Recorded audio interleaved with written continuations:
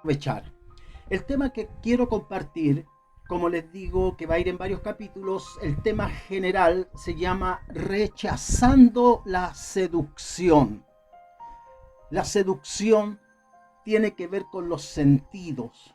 La seducción tiene que ver con el desliz del alma con la cual tantas veces hemos caído, hemos pecado, nos hemos lamentado. Y yo tengo una expresión: es bueno enseñar a pedir perdón, pero es mejor enseñar a no ofender. Esto refiriéndome a las gentes, a nuestros seres que amamos, a toda persona, pero también a Dios. Porque lo ofendemos y pedimos perdón, lo ofendemos y pedimos perdón. Pero cuando conocemos la palabra de verdad, la Santa Escritura que nos enseña a evitar caminos que nos llevan a ser seducidos hacia el pecado, entonces podemos estar tranquilos que nuestra alma está también siendo bendecida. Y podemos cantar como el rey David: alma mía, alaba a Jehová. Entonces, amigos, amados, el tema es rechazando la seducción, reconociéndola y, lógicamente, rechazándola para alcanzar propósitos mayores. Y comienzo diciéndoles lo siguiente: toda desgracia tiene una amiga indesligable que es la señora seducción. La desgracia trabaja junto a seducción.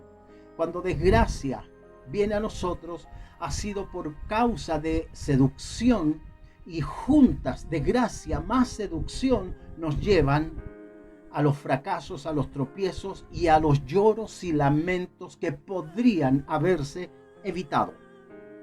Mire, el apóstol Pedro, segunda de Pedro, capítulo 2, versículo 15, y Judas, capítulo 1, versículo 11, nos hablan lo mismo que el Maestro, nuestro Señor Jesucristo, le habla a la iglesia de Apocalipsis en el libro de Apocalipsis, capítulo 2, versículo 14.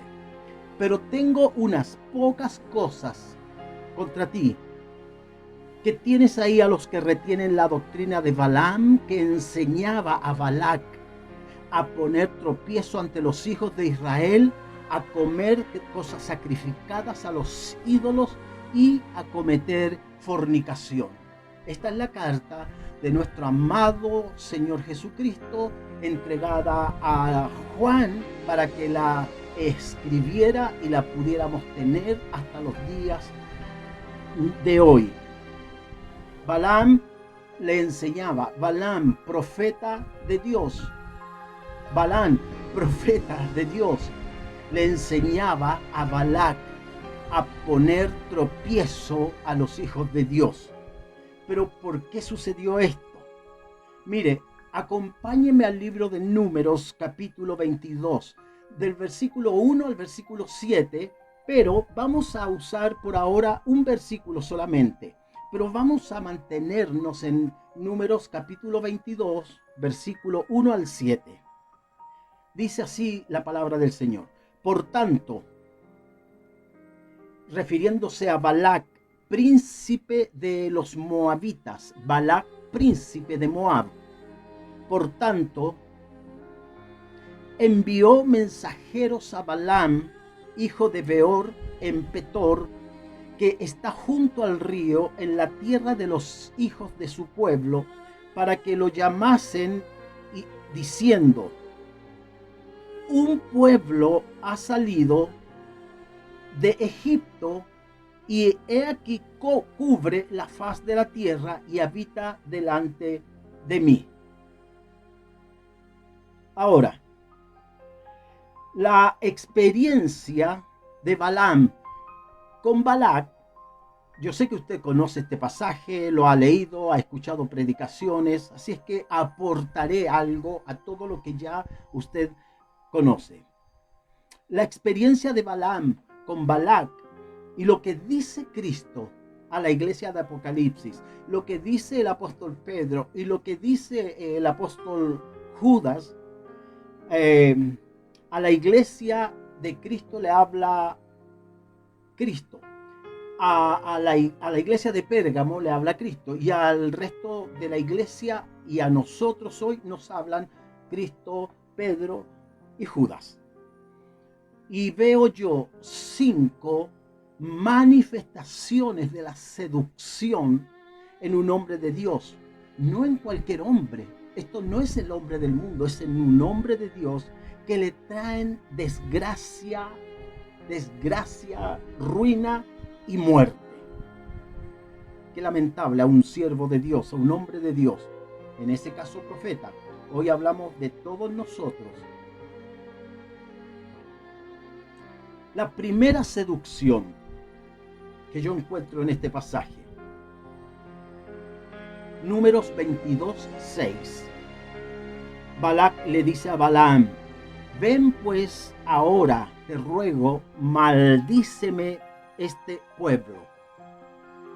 Ahora, no puede ser, amados, amigos queridos, no puede ser, hermanas preciosas, no puede ser que el enemigo del pueblo de Dios llame a un profeta del pueblo de Dios para que lo maldiga al pueblo de Dios.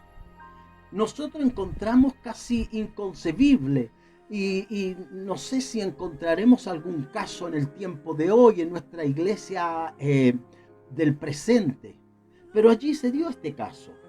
Balac le dice a Balaam: maldíceme.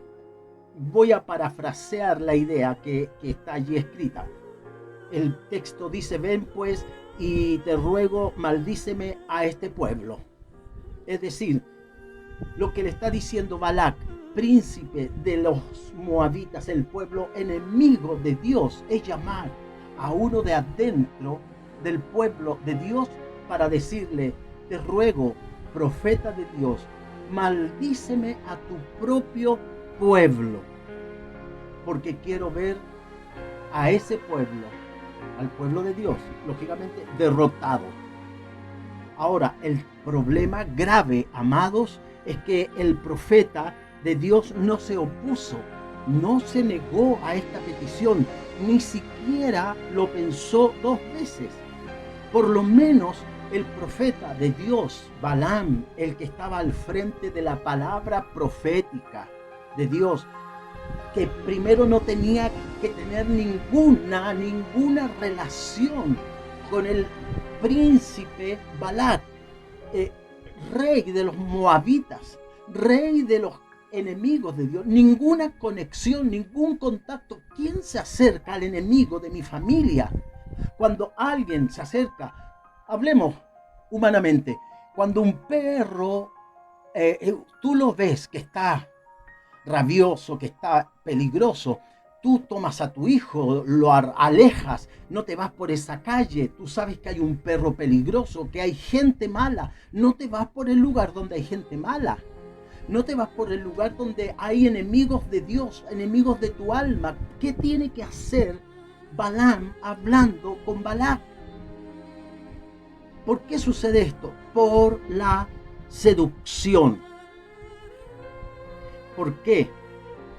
Porque dijimos que la primera seducción es esta: escuchar al enemigo de Dios más que al amigo de él mismo, del profeta.